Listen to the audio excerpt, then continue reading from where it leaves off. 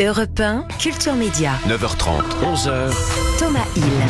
Merci beaucoup d'être avec nous pour la suite de Culture Média. Nos deux indispensables du jour nous ont rejoint. Héloïse Goua pour les séries. Salut Thomas, Héloïse. bonjour tout le monde. Et puis le bouloteur de chouquette, Olivier Benkemoun. C'est pas bien de balancer. C'est pas espèce de poucave. C'était pas très bien ça. Salut à tous les deux. Bonjour. Alors j'ai la chance ce matin de recevoir non pas le chroniqueur, ni l'animateur, ni même le réalisateur, mais l'auteur, l'écrivain Yann Moix. Bonjour Yann. Bonjour. Merci beaucoup d'être là pour parler de votre nouveau roman qui sort aujourd'hui même. On est les premiers à en parler ce matin. Mais avant d'en parler, on va dresser votre portrait sonore, des petits sons pour mieux vous connaître. Et voici le tout premier. Claude François, c'est de l'émotion. Claude François, c'est de la poésie. Voilà ce que c'est, Claude. La poésie, c'est plutôt Brassens, non? Tu m'emmerdes avec Brassens, toi. Hein? L'autre moustache qui ferait mes couilles avec nouilles. Faire ma couille au fond du jardin.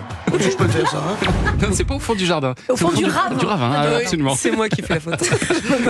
Il y a 20 ans sortait Podium, votre premier long métrage, Yann Moix, adapté de votre roman avec Poulvord, avec Jean-Paul Rouve, avec Julie Depardieu. Un film devenu absolument culte, un succès qui vous a même un peu dépassé, paraît-il, non? Les succès, ça dépasse toujours. Ouais. Heureusement, il y a les échecs. Et les échecs, par contre, c'est à soi de les dépasser. Ah, c'est joli. En tout cas, fin 2022, vous étiez en train de préparer Podium 2, plutôt autour de la figure de Paul Naref, dont le personnage a été Jean-Paul Rouve. Vous en êtes où de ce projet? Ça a été abandonné à 3 semaines du tournage, oui. Mais Qu'est-ce qui s'est passé? in extremis, j'avais l'impression que le scénario était pas à la hauteur du premier. Et j'ai préféré changer mon fusil d'épaule. Donc là, je prépare un film avec Jean-Claude Van Damme. C'est vrai? Oui. Qu'est-ce que vous allez faire avec Jean-Claude Van Damme? Ah, vous allez voir. 2 salles, 2 ambiances quand même.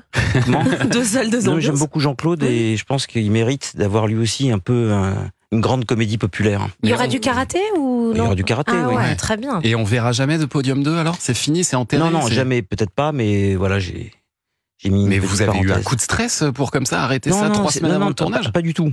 J'ai eu la chance de faire un film qui s'appelle Cinéman. Oui. Et j'ai senti, quand vous faites un film, en fait, il y a un petit bruit de fond qui vous avertit que tout va bien, ou bien que tout va mal.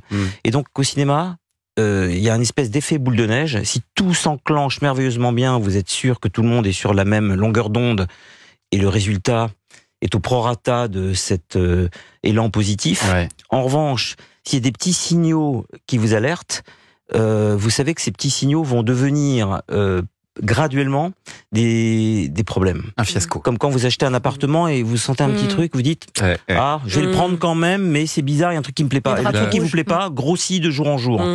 Donc j'ai décidé pour l'instant de le mettre. Ah oui, mais c'est pas de enterré. l'enterrer. ça. Non, Ouais, ok. sous le boisseau, mais pas enterré définitivement. Allez, extrait suivant.